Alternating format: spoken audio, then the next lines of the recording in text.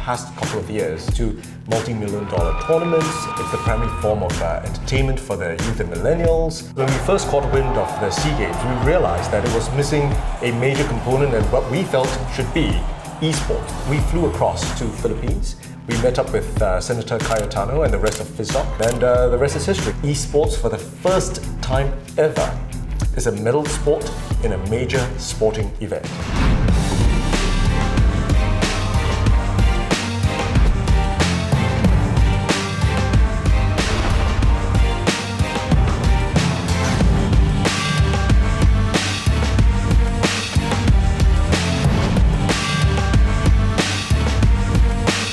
This is the first time esports is going to be included in the SEA Games. It's a huge thing. Like, we've been waiting for this for quite a long time, actually. It really shows how far esports has come. It's crazy to be on par with conventional sports. I think esports today, this past year has been a turning point for the industry, and we're very proud to be part of this. The future of esports, I would say, limitless and exciting.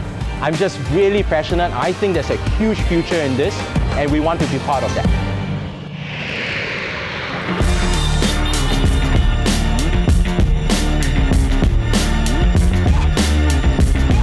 Ladies and gentlemen, today we are making history. To be the first medal esports event in the world is a great promise.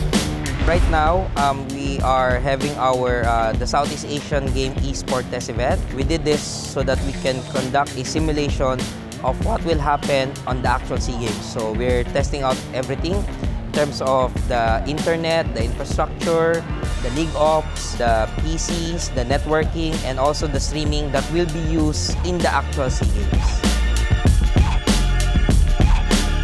Everyone's here to make sure that we have a really, really good presentation of esports come the Southeast Asian Games in December. Now, that's very important for esports because when we show them how successful we are in organizing this, we believe there will be more acceptance of esports, which would mean that even parents would understand that, hey, maybe there's a future, there's something after. We want a lot of young people to have brighter and bolder dreams. It's a new world, and who knows what comes next. If any game deserves to be an esports title, it's got to be StarCraft 2. It's, strategically speaking, very in-depth. There's a lot of strategies, a lot of things you can do.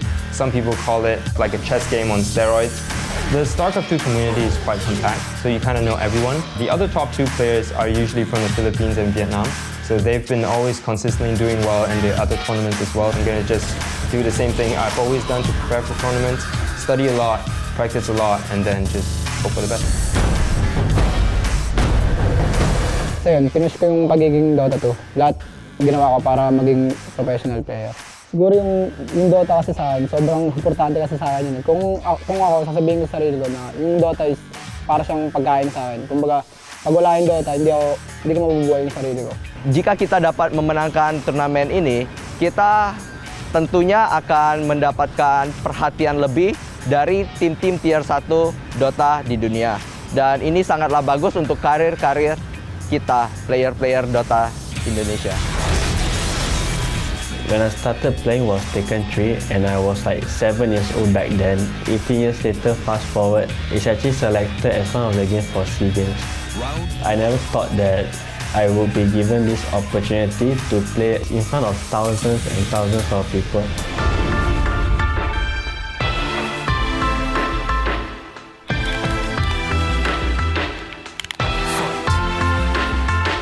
The bootcamp really helped me get ready for the Southeast Asian Games 2019 because we had JDCR, which is one of the best second players in the world, to train with us. I was able to play with JDCR earlier. He told me a lot of tips and tricks and some things that I should not do.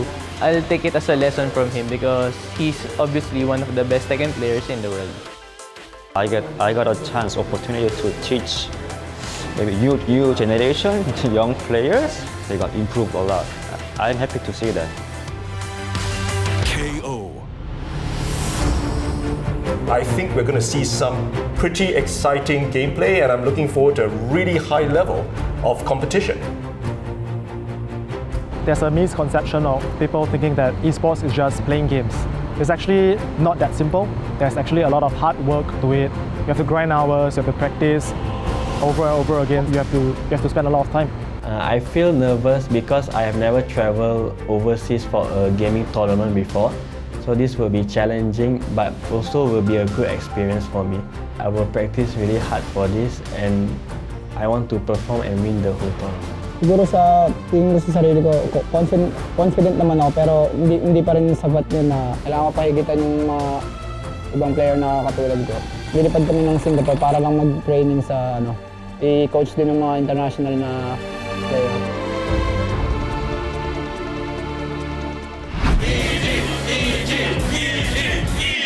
These guys are the elite, when it comes to esports. I've been a big fan of Eurogenesis since 5 years ago, and I was absolutely delighted that they managed to make it to this year's internationals. They're one of the top 5 teams in the world. I'm pretty excited for them to be in Singapore.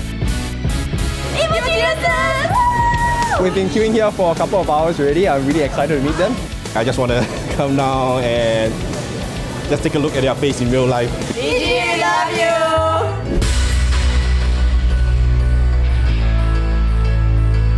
These guys are the Messis, the Ronaldos, the Lewis Hamiltons, if you were, of the esports world.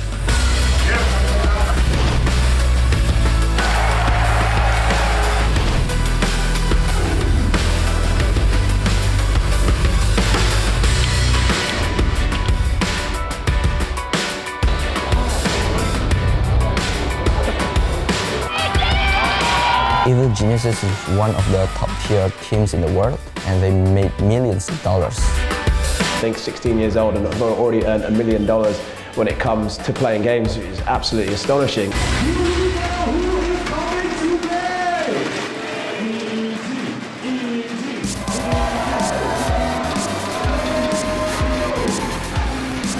The Southeast Asian fans are definitely different than the other. There are actually just a lot more people that play Dota here. Being a pro gamer, it's probably one of the more harder jobs, to be honest. It's gonna be a hard road, and you have to be mentally ready for that.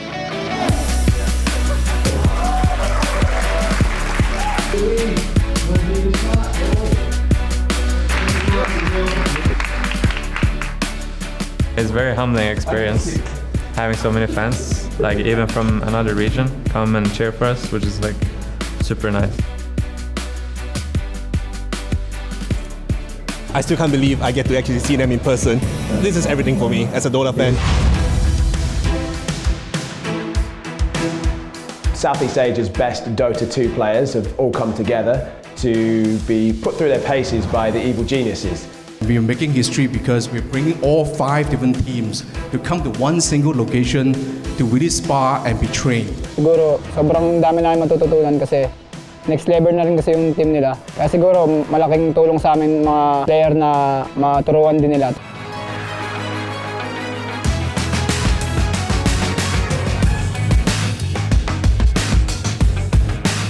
We had 2 games with Thailand. First game was pretty one-sided, but I think by the time we had the second game, it was actually a pretty close game. We're actually winning, but we're lacking some stuff here and there, so they actually won the second game too. So it was a 2-0. And that's the thing about Dota, being proactive, always make them react. Never react yourself. We have Bulba giving all his knowledge, give a lot of impact for us because we don't have that tier 1 knowledge about it, so I think it's very helpful. We get experience, the first-hand experience from a top team, sharing information with us, giving us tips, coaching us, whatever that we don't really know yet. Event ini sangatlah disiplin, karena disiplin itu sangatlah penting bagi atlet, terutama e-sport, supaya kita itu lebih fokus dalam pertandingan. What people don't understand is how much discipline, how much practice we put into it. I used to live in Australia, and when I realized that I wanted to go pro for Dota, I quit my job and pretty much left my life behind in Australia. I had an amazing girlfriend, I had an amazing friend, I had many amazing friends. I was a very lucky man in Australia. But when I close my eyes and when I picture myself, walking on the main stage of TI, when I just picture myself hearing the crowds cheering. For Dota 2, for me, it just made me feel so alive, and I just want to get there. Siguro yung yung hirap na pinagdaanan ko, yung una sa lahat yung mawalay ka sa pamilya mo ng bata ka pa lang. Kasi 12 years old ako nung umalis ako sa bahay. Kaya Sobrang laking hirap nun kasi una sa lahat, di ko alam kung saan ako titira, saan ako kukuha ng kakainin ko. Kaya ayun, yung mga kaibigan ko naman, sinama naman ako. Tapos may nanggampon din sa akin, tapos sagot lahat. Tapos ayun din yung nagpapalaro sa akin. Sagot niya lahat ng needs ko sa pagkain, sa pagdodota.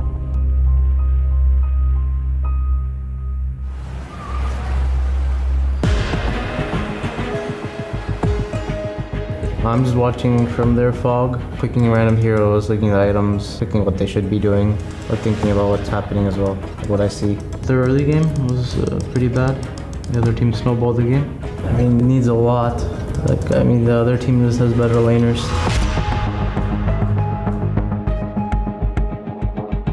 And this bootcamp scenario we have here is actually very different. Step by step, you have to do everything right, and it's pretty rigorous. It's pretty intensive. They'll have to be prepared to take criticism, but when it's coming from someone who's been there, seen it all and done it all, then if you can't take that sort of criticism and learn from it, then perhaps you should be doing something else. Yung pagko-coach ni Bulba sa amin is okay naman, sobrang legit yung mga tinuro niya sa amin, yung mga sinabi niya, mga sobrang small details pero ang laking tulong as a player tsaka sa team. Sobrang importante yung mga nasabi niya about sa game. Kita mendapatkan ilmu-ilmu baru dari cara bermainnya EG, terutama di laning stage. Terbukti pada saat kita scrim lawan Thailand, kita coba strateginya dan it works. For our team, I think we are looking forward to playing Team Thailand. During the boot camp, they were the ones that are more outstanding. By the time of the second game, we actually got pretty close to winning them. So actually, I would like to have a rematch with them pretty soon. The SEA Games will be intense, it will be some severe competition, and medals are up for grabs. Now it actually means something for these guys, and the experiences they've had here can only serve them well when we get to the SEA Games. Sa hindi inaasahan pagtatapon ng mga... Pada event ini kita mendapatkan beberapa pengalaman yang lucu dan unik. Having fun dengan teman-teman dari Filipina karena kita somehow bisa nyanyiin lagu Filipina. To see someone who loves our song, it was so fun. I like to be a Pinoy.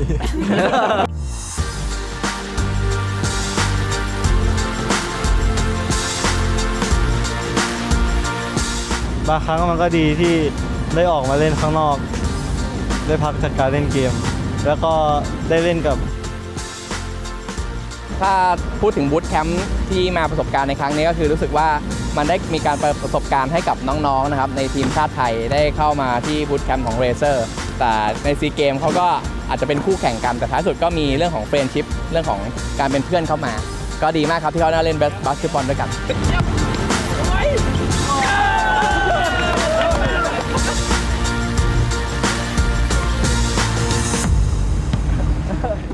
I think it's a very good thing for esports to be part of SEA Games. It gives it more recognition as an entity on its own. Esports coming to the SEA Games means it's more moving into the mainstream now. SEA Games picking up esports as one of the discipline is a really big step for esports. It becomes a very official event. Esports is indeed a legitimate sport, and we do see the rise of esports athletes from young.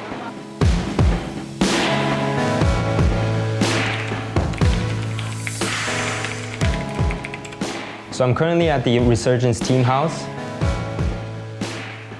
They have built this structure from a little dream, and now the dream is very much alive. It's a beautiful place and with amazing infrastructure just for training and streaming and all the kinds of things to support the gamers here.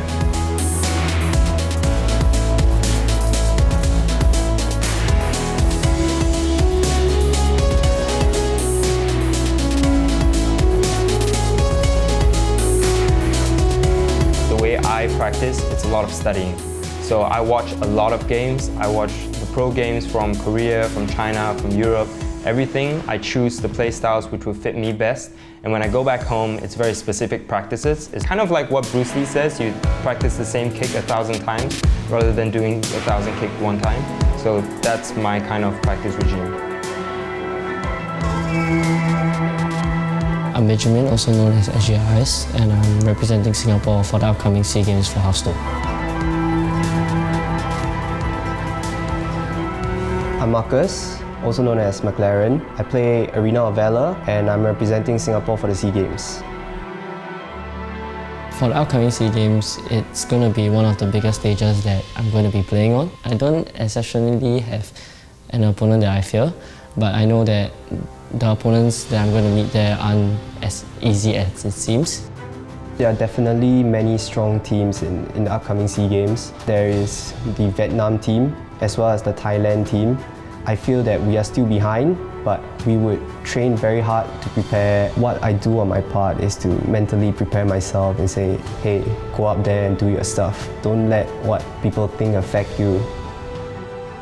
I practice about 5 to 6 hours a day, basically because I have to grind the ladder and know like the different matchups for a certain deck that I'm testing.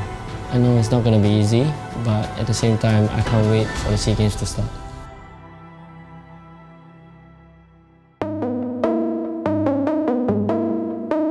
Mobile gaming is a game changer. Everyone nowadays carries a smartphone which is capable of playing games, and this creates a great deal of accessibility. So it's not like a PC, you can just have a handphone and you can play competitively on it and get good on it. Esports SG has always been the top team within the region, and obviously representing Singapore, it's going to be a huge honor.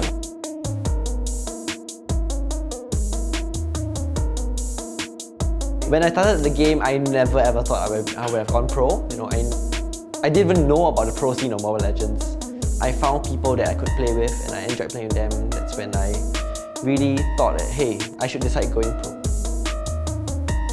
We are preparing for the upcoming SEA Games, playing scrims. We do it 3 times over 5 weekdays and probably the entire weekend. They're going to face so much competition going into the SEA Games. They're going to face the best of the best coming from every single country. Obviously, they are a good team, but they might not be the best in the region just yet. When it comes to preparedness, I guess we're getting more prepared every day. And by the time SEA Games comes, we'll definitely be prepared for it. I don't think many people actually understand how tiring esports is, but I know once you're in this esports scene, you'll start to realize that it's much more tiring than you expected it to be. When we were younger, as children, and we will envy the athletes that get to represent Singapore for the various sports. It's so surreal that I will be one of them this coming December.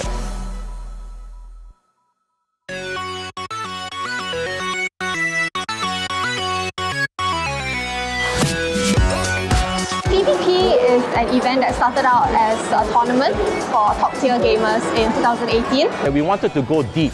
We want to go deep into the community because there are a lot of hidden talent in Singapore and across ASEAN in terms of gamers. People who are students, working professionals, who all enjoy are actually united with one common liking, which is games. Right? And that's how we thought, okay, you know what, let's go into the community. Let's really go deep, and we tried this and it's been a huge success. PvP Esports is a really good platform for the local players. With the Campus League itself, we've already seen a lot of players who have started from a very young age, and this is a really good hunting ground, especially for professional teams who are looking for young and upcoming talents. Well, having the minister here today is a huge endorsement for esports. Esports has definitely been much more legitimized. I was really privileged to talk to the Minister of Education about Mobile Legends. I just explained to him how the game is played, and then we did a little tutorial. He was very positive about it and very encouraging.